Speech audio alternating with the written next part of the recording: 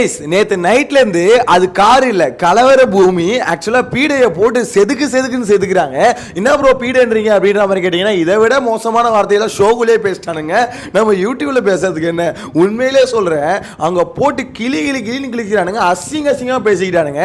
அதுவும் விக்கல்ஸும் அந்த கமுருதின்னு ரெண்டு பேர் பேசிக்கிட்ட வார்த்தை இருக்கு. எப்பா விக்கல்ஸ் என்னன்னா தான்றான், இவன் என்னன்னா இந்த எப்படா சொல்லுவேன்றான். ஐயோ எல்லாம் வந்து பாத்தீங்கன்னா டு தி கோர். இது வரைக்கும் இப்படி ஒரு சீசனை நம்ம பார்த்துருக்கவே மாட்டோம். ஆக்சுவலா அசிங்கமா பேசுறது ஒரு பக்கம் மனசாட்சியே இல்லாம நடந்துக்கிறது ஒரு பக்கம் பார்வதியை போட்டு கிளின்னு திவ்யா கிளிக்கிறது ஒரு பக்கம். எப்பா நேற்று நைட்டு ஃபுல்லா ஒரு மாதிரி பயங்கரமாயிடுச்சு. நானும் ஒரு 2 மணி வரைக்கும் பார்த்தேன். சரி அதுக்கப்புறம் ஓகே இதுக்கு மேல முடியாதா சாமின்னு ரெஸ்ட் எடுத்துட்டு இப்ப காலையில எந்திரிச்சு பார்த்தா தெரியுது, டேய் காலையில வரைக்கும் போட்டு கிளிக்கிறாங்கடா. அந்த இடத்துல பார்வதி ஏண்டா தொட்டோம் இப்ப வந்து இந்த மாதிரி வந்து கிளி வாங்குறோம் அப்படின்ற மாதிரி தான் இருக்கும். மொத்த பேரும் வந்து பார்வதின்ற ஒரு கேரக்டர் ஆக்சுவலா எவ்வளவு மானங்கெட்ட கேரக்டர், எவ்வளவு கேவலமான கேரக்டர் அப்படின்ற மாதிரி பாயிண்ட்ஸ், அதாவது இவ்வளவு நாள் அவங்க உழுவுல வச்சிருந்திருப்பானுங்களே எல்லா பாயிண்ட்ஸையும் எடுத்து மூஞ்சில சாணியை கரைச்சி ஊத்துற மாதிரி ஊத்திட்டு இருக்கானுங்க அப்படின்ற மாதிரி தான் சொல்லணும். அதுலயும் குறிப்பா திவ்யா ஏமா என்னமா இருந்த மொத்த காண்டி வச்சு இறங்குன்னு இறங்கிட்டாங்க. ஒரு பக்கம் ஓனக்கிழவின்றாங்க. இந்த மாதிரி ஒரு கேரக்டர் மட்டும் நான் பார்த்ததே இல்லை. இவ்வளோ அதாவது இந்த மாதிரி ஒரு பொம்பளையே நான் பார்த்தது இல்லை.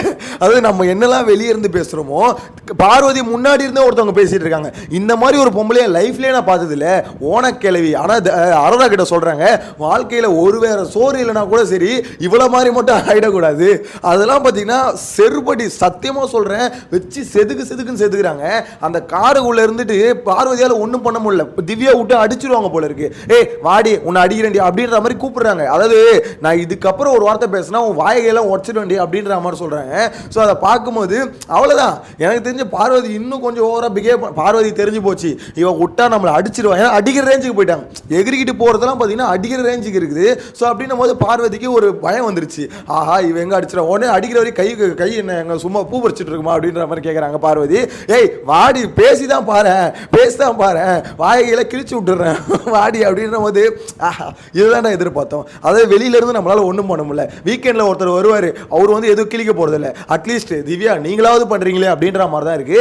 சீரியஸ்லி சொல்றேன், இது வரைக்கும் இப்படி ஒரு சீசனையும் இப்படி ஒரு டாஸ்கையும் இந்த டாஸ்கில் இப்படிப்பட்ட கண்டஸ்டன்ஸையும் நம்ம பார்த்துருக்கவே முடியாது. அதுலேயும் ஒருத்தர் எப்பா சார் என்ன சார் ரிவ்யூ கொடுக்குறேன்னு சொல்லிட்டு இப்படிலாம் பேசிக்கிட்டு இருக்கீங்க, மனசாட்சியே இல்லாமல் நீங்கள் வந்து இவ்வளோ நாளாக எப்படி அந்த பீடைக்கு முட்டு கொடுத்தீங்க அப்படின்றது தெரியும். உங்கள் ரிவ்யூ தான் பார்த்துட்டு இருக்குமே. ஸோ நீங்கள் வந்து ஓகே இவர் வந்து பக்காவாக ரிவ்யூ பண்ணுவார், அடுக்குமொழியில் ரிவ்யூ பண்ணுவார் அப்படின்றத நம்ம இவ்வளோ நாளாக பார்த்துட்டு இருந்தது. ஆனால் இந்த சீசன் ஃபுல்லாக ஒரு பீடைக்கு வந்து முட்டு கொடுத்துட்டு இருந்தார். இப்போ வந்து அப்படியே ட்ராக்கை மாற்றுறாராம். அந்த கிளிப்ஸ் வந்து பார்த்தீங்கன்னா ட்விட்டர் ஃபுல்லாக வைரல். என்ன தெரியுமா சொல்றாரு, அந்த நாய்ங்க ஏதோ பண்ணுதுன்னா அந்த நாய்ங்களை விட்டுட்டு மிச்சம் எல்லாம் காரை விட்டு இறங்கி இருக்கணுமா, இறங்கிட்டு டாஸ்க்கை வந்து ரீஸ்டார்ட் பண்ணுங்க அப்படின்ற மாதிரி பிக் பாஸ் சொல்லணுமா. இவ்வளோ நாளாக ரிவ்யூ பண்றீங்களே, பேசிக்காக உங்களுக்கு அறிவுன்றது ஒன்று இருக்கணும்ல. எப்படி சார் அது பண்ணுவாங்க நீங்களே யோசிச்சு பாருங்க.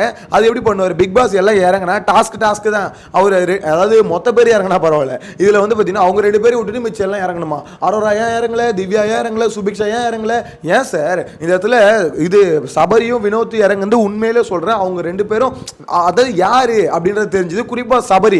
ஆக்சுவலா வினோத் கூட பாத்தீங்கன்னா ஜெயிக்கிறது வாய்ப்பு இல்லை, ஆனா சபரிக்கு ஜெயிக்கிறதுக்கு வாய்ப்பு இருக்கு. அப்படி இருந்தாலும் அந்த மனுஷன் வந்து பாத்தீங்கன்னா அவர் தாங்க டிக்கெட் ஃபினாலே வின்னரு, அடிச்சு சொல்றா அவர் தான் வின்னரு. ஸோ அப்படிப்பட்ட சுச்சுவேஷன்ல அந்த மனுஷன் இறங்கி வரும். அதுதான் சபரியோட கேரக்டர் அப்படின்ற மாதிரி காமிச்சா அப்படியா. ஸோ அந்த இடத்துல நீங்க வந்து சபரியை பாராட்டணும். அதை விட்டுட்டு மிச்ச பேர்லாம் ஏன் இறங்கலன்னு கேட்கக்கூடாது.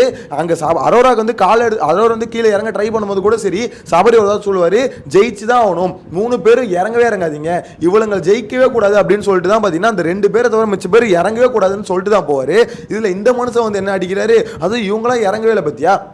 அதில் தெரியுது இவங்க யாரு, இவங்க கேம் பிளே அப்படியே டைவர்ட் பண்ணுறாராம். அவங்க 2 பேரும் விட்டுட்டு மிச்சவங்களாம் இறங்கணுமா. ஏன் அவங்க 2 பேரும் ஒருத்தர் டிக்கெட் ஃபினால வின்னர் ஆகிறதுக்கு இல்லை. என்ன சார் கேவலமாக இப்படிலாம் பேசிக்கிட்டு இருக்கீங்க அப்படின்ற மாதிரி தான் இருக்குது. அதாவது நம்ம ஒரு இதில் ஒரு விஷயத்தை ஃபோக்கஸ் பண்ணுறோம்ல, இப்போ இந்த பார்வதியும் இந்த கமருதினி இவங்க 2 பேரும் செயல்களை ஃபோக்கஸ் பண்ணுறோம்ல, அதுலேருந்து அப்படி டைவர்ட் பண்ணுறது எதுக்கு இந்த அளவுக்கு உருட்டுறீங்க அப்படின்ற மாதிரி இருக்குது. இன்னொன்று சாண்ட்ரா. ஆக்சுவலாக சாண்ட்ரா விஷயத்துக்கு வருவோம். சாண்ட்ரா வந்து பார்த்தீங்கன்னா நேற்று இது போயிட்டு அப்புறம் கூட்டிகிட்டு வந்து விட்டாங்களே. ஸோ விட்டதுக்கப்புறம் படுத்துட்டு இருக்காங்க. கமருதின் கார்லேருந்து வெளியே வந்துட்டு உள்ளே போகும்போது கமருதீனை பார்த்து கதறாங்க. அது வந்து ஆஸ் யூஷுவல் சாண்ட்ரா கேரக்டர் மாதிரி தான் இருக்குது. அதாவது அவங்க ஓகே சாண்ட்ரா வந்து பார்த்தீங்கன்னா நான் திருப்பியும் சொல்கிறேன், நேற்று நடந்தது அநியாயம். ஸோ அதனால தான் எல்லாருமே இந்த பீடையும் சரி அந்த மக்கையும் சரி போட்டு கிளிக்கிறோம், ஓகேங்களா. ஆனால் இந்த இடத்துல சாண்ட்ரா வந்து அதுக்குன்னு தப்பே பண்ணல நான் சொல்ல மாட்டேன். அவங்க பண்ணது கமருதீன் சொன்னது தப்பு தான். ஸோ அவங்களும் வார்த்தையோட தப்பு தான். ஆனால் அதுக்கு பதிலாக இதுங்க வந்து பார்த்தீங்கன்னா எக்கச்சக்கமாக வார்த்தையை விட்டுச்சிங்க, போட்டு கிழிச்சிச்சிங்க. குழந்தை பெற்றது லெவலுக்கு இறங்கி இந்த மக்கு வந்து பேசுகிறான். ஸோ இவ்வளோத்தையும் பண்ணிட்டான், கரெக்டா. ஸோ அதனால தான் சொல்கிறேன், அவங்க என்னதான் பேசியிருந்தாலுமே இவன் வந்து பயங்கரமாக பேசிட்டான் ஒரு இது. ஆனால் இது சாண்ட்ரா மேலே ஒரு தப்பு இருக்குது அந்த வார்த்தையை சொன்னதுன்னு வச்சுக்கோங்களேன். அந்த சைடில் இப்போ காலையில் பார்க்குறேன் சாண்ட்ரா வந்து ஒரு மாதிரி அழுகிறாங்க. கமருதீனை பார்த்து இவனை வெளியே போக சொல்லுன்னு சொல்லிட்டு அழுகுறாங்க. சாண்ட்ரா, ஏன் சாண்ட்ரா இவ்வளோ பேர் உங்களுக்காக நிற்கிறோம், நீங்கள் இந்த மாதிரி பண்ணுறத பார்த்தா எங்களுக்கு வெறுப்பு வந்து நாங்களே ஓட்டுருவோம் போல இருக்கு. அதாவது வேண்டாம், ஐயோ சாண்ட்ராக்கு சப்போர்ட்டே பண்ணக்கூடாதா அப்படின்னு சொல்கிற அளவுக்கு எதுக்கு அதெல்லாம் பண்ணாதீங்க. அதே மாதிரி பிரஜன் வெளியிலேருந்து பார்த்தீங்கன்னா இன்டர்வியூ கொடுத்துருக்காரு. அதாவது நான் உள்ளே போகிற வரைக்கும் கமருதீன் வீட்டுக்குள்ளே இருந்தா அப்புறம் நான் யாருன்னு காமிக்கிறேன் அப்படின்ற மாதிரி. ஐயா பிரஜன் ஐயா வேணா ஐயா, அதுக்கு தான் விஜய் சேதுபதினு உங்கள் ஃப்ரெண்ட் நண்பர் ஒருத்தர் இருக்காரு, ஃபோன் வச்சு சொல்லுங்கள் மச்சான் உன்னை அவள் தான் மச்சான் ஒழுங்காக போயிட்டு அதுங்க ரெண்டுத்தையும் ரெட் கார்டு கொடுத்து வெளியே மச்சான் தானே ஃபோன் வச்சு சொல்லுங்கள் ரெட் கார்டு கொடுத்து வெளியே அனுப்புகிறேன். எனக்கு அதெல்லாம் தெரியாது, அவன் வெளியே போகணும் இல்லை அவன் வெளியே போகணும், இந்த 2 பேரும் வெளியே போயே ஆகணும் அப்படின்ற நம்பர் உங்கள் மச்சான்கிட்ட சொல்லுங்கள். உள்ளே போய் நான் என்ன பண்ணுறேன்னு பாருங்கள். செலிப்ரேஷன் ஒன்று உள்ளே போனால் அது வரைக்கும் கமருதீன் இருந்தானா அவனுக்கு அன்னைக்கு இருக்குது அப்படின்ற மாதிரி சொல்கிறாரு. என்ன சார் த்ரெட்டனிங்க அப்படின்னு கேட்டால் எஸ் த்ரெட்டனிங் தான் அப்படின்ட்டு போகிறாரு. ஐயா ஏன்யா, ஆக்சுவலாக விஷயம் என்னன்னா இங்கே அநியாயம் ஒன்று நடந்தால் மொத்த பேரும் சப்போர்ட்டுக்கு நிற்போம். ஆனால் நீங்கள் வந்து அதை வச்சுக்கிட்டு ஓவர் டூ ஒன்று பண்ணணும்னு நினச்சிங்கன்னா அது ஒரு மாதிரி நல்லா இருக்காது. அந்த இன்டர்வியூ பார்க்கும்போதே எனக்கு இது சரியில்லை, இது வந்து கொஞ்சம் ஓவராக போகிற மாதிரி இருக்குது அப்படின்ற மாதிரி இருக்குது. இன்னொன்று சாண்ட்ரா வந்து பார்த்தீங்கன்னா நார்மலாக என்ன பண்ணுவாங்க, அவங்களோட பர்ஃபார்மன்ஸை நம்ம பல நாளாக பார்த்துருக்கோம், கரெக்டாக. ஸோ இந்த இடத்துல அவங்களுக்கு ஒரு அநியாயம் நடந்திருக்கு, அதுதான் அதுக்காக தான் எல்லாம் குரல் கொடுக்கறது. ஆனால் சாண்ட்ரா இதை வந்து ஆப்பர்ச்சுனிட்டியாக எடுத்துட்டு இதை வச்சுட்டு ஒரு பர்ஃபார்மன்ஸு போடாதீங்க. ஏன்னா உங்கள் சைடில் ஆல்ரெடி ஃபுல்லாக சிம்பத்தி ஒர்க் அவுட் ஆயிருக்கு. ஸோ அப்படி இருக்கும்போது நீங்கள் இந்த மாதிரி பண்ணும்போது இரிட்டேட் ஆக ஆரம்பிச்சிடும். அதாவது ஏன்னா நீங்கள் ஒரு வாரம் ஃபுல்லாக இந்த மாதிரி பர்ஃபார்ம் பண்ணியிருக்கீங்களே, ஸோ அதை பார்த்து ஆல்ரெடி மக்கள் எல்லாம் இரிட்டேட் ஆகிருக்காங்க. ஸோ அதே மாதிரி திருப்பியும் பண்ணிடாதீங்க, அது அப்படியே டைல்யூட் ஆகிடும். நீங்கள் பண்ண பர்ஃபார்மன்ஸில் டைல்யூட் ஆகிடும். ஸோ இங்கே என்னென்னா நியாயம் என்னன்றது பார்க்குற எல்லாருக்குமே தெரியுது. இந்த ரெண்டு கழு சடைங்களும் பண்ண அந்த அநியாயம் இருக்குல்ல, கார்லேருந்து தள்ளி விட்டதான் தள்ளி கூட அது கூட ஸ்ட்ராட்டஜி ஓகே, கார்லேருந்து தள்ளி விடுற. ஆனால் அதுக்கப்புறம் நீ என்ன பண்ணுற, அதுக்கப்புறம் வந்து அவங்க வந்து ஃபிக்ஸ் வந்து இது பண்ணும்போது மெடிக்கல் டீம் இருக்குது, ஐயோ அவங்க நடிக்கிறாங்க, இது என்னடா இது கீழே தள்ளி விடுறதுக்கு மயக்கமா, இதெல்லாம் வந்து இந்த மாதிரி மானங்கிட்ட ஒரு கேள்வி, மானங்கிட்ட ஒரு எப்படி சொல்ல தாட்டு, இதெல்லாம் அதுங்களுக்கு இருக்கிறதுனால தான் போட்டு கிழிக்கிறோம். ஆனால் அதுக்குன்னு சாண்ட்ரா கொஞ்சம் பார்த்துக்கோங்க. நைட்டில் வந்து இந்த மாதிரி அதாவது கமருதீனை பார்த்து அவங்க வந்து கதறாங்க, சபரிவா அப்படின்ற மாதிரி கதறாங்க. அது எதனால் அதை பண்ணுறாங்கன்னு தெரியல, எனக்கும் தெரியல. ஒருவேளை உங்களுக்கு உண்மையிலே கமருதீனை பார்த்து அந்தளவுக்கு பயமா இல்லை இதை வந்து சான்ஸை யூஸ் பண்ணி பர்ஃபார்ம் பண்ணுறாங்களா என்னன்னு தெரியல.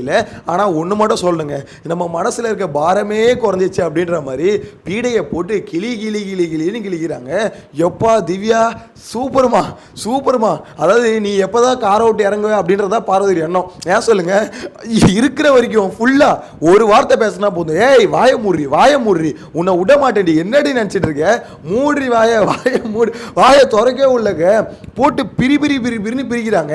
ஆக்சுவலாக நம்ம என்னெல்லாம் இங்கேருந்து பார்வதி கழிவு ஊற்றுன்னு நினைப்போமோ அது எல்லாத்தையும் காருக்குள்ளே உட்காந்துட்டு அவங்க முன்னாடியே கழிவு ஊற்றுறதை பார்க்கும்போது சூப்பர். இந்த விக்ரம் சொல்கிறான், நான் திவ்யா மேலே கோவத்தில் தான் இருந்தேன், ஆனால் திவ்யா இப்போ வச்சு செய்கிறத பார்க்கும்போது நான் வெளியே வந்து கோயில் கட்ட போகிறேன் திவ்யாவுக்கு அப்படின்ற அளவுக்கு.